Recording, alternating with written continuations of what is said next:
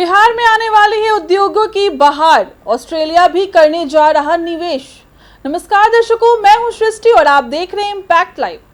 देश एक तरफ दुनिया की तीसरी अर्थव्यवस्था बनने के संकल्प के साथ तेजी से आगे बढ़ रहा है, तो दूसरी तरफ बिहार में ज्यादा उद्योग नहीं रहने के कारण भी लोग रोजगार के लिए पलायन कर रहे हैं। ऐसे में अब डबल इंजन की सरकार ने बिहार को भी देश के अन्य राज्यों के समक्ष लाने का संकल्प ले लिया है। एक तरफ केंद्र के तरफ से बजट में बिहार को विशेष पैकेज दिया गया, तो दूसरी तरफ अब सरकार राज्य में उद्योग फैक्ट्री लगाने पर भी जोर दे रही है। इसी कड़ी में बिहार को बड़ी कामयाबी हाथ लगते नजर आ रही है।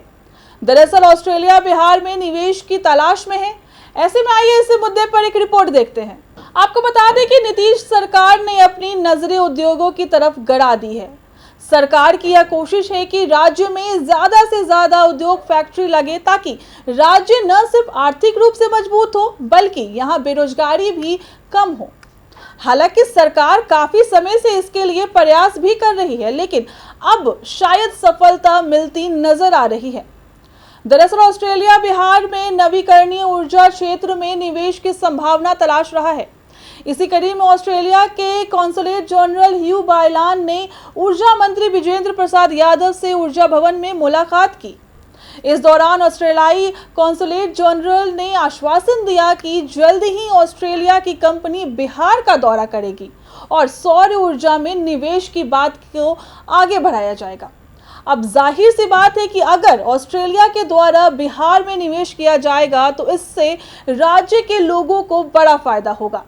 देखें तो बीते दिनों राज्य के उद्योग मंत्री नीतीश मिश्रा ने कहा था कि बिहार में औद्योगिकरण का दौर अब शुरू हो रहा है। उनका कहना था कि सरकार को 12,000 करोड़ से अधिक के निवेश के प्रस्ताव मिल चुके हैं। वहीं यहां आंकड़ा और बढ़ने की संभावना है। उद्योग मंत्री के अनुसार चुनाव आचार संहिता के चलते इस प्रक्रिया में ब्रेक लगी थी, लेकिन अब फिर से निवेशक बिहार का रुख कर रहे हैं। उन्होंने कहा कि इसके लिए दूसरे राज्यों में रोड शो किया जा रहा है, साथ ही फेज वाइज बिजनेस समिट का भी आयोजन किया जा रहा है। बता दें कि 11 और 12 दिसंबर को इंटरनेशनल बिहार बिजनेस कनेक्ट आयोजित किया जाएगा। उद्योग मंत्री के अनुसार केंद्र के सहयोग से हम बिहार के उद्योग को रफ्तार देने जा रहे हैं।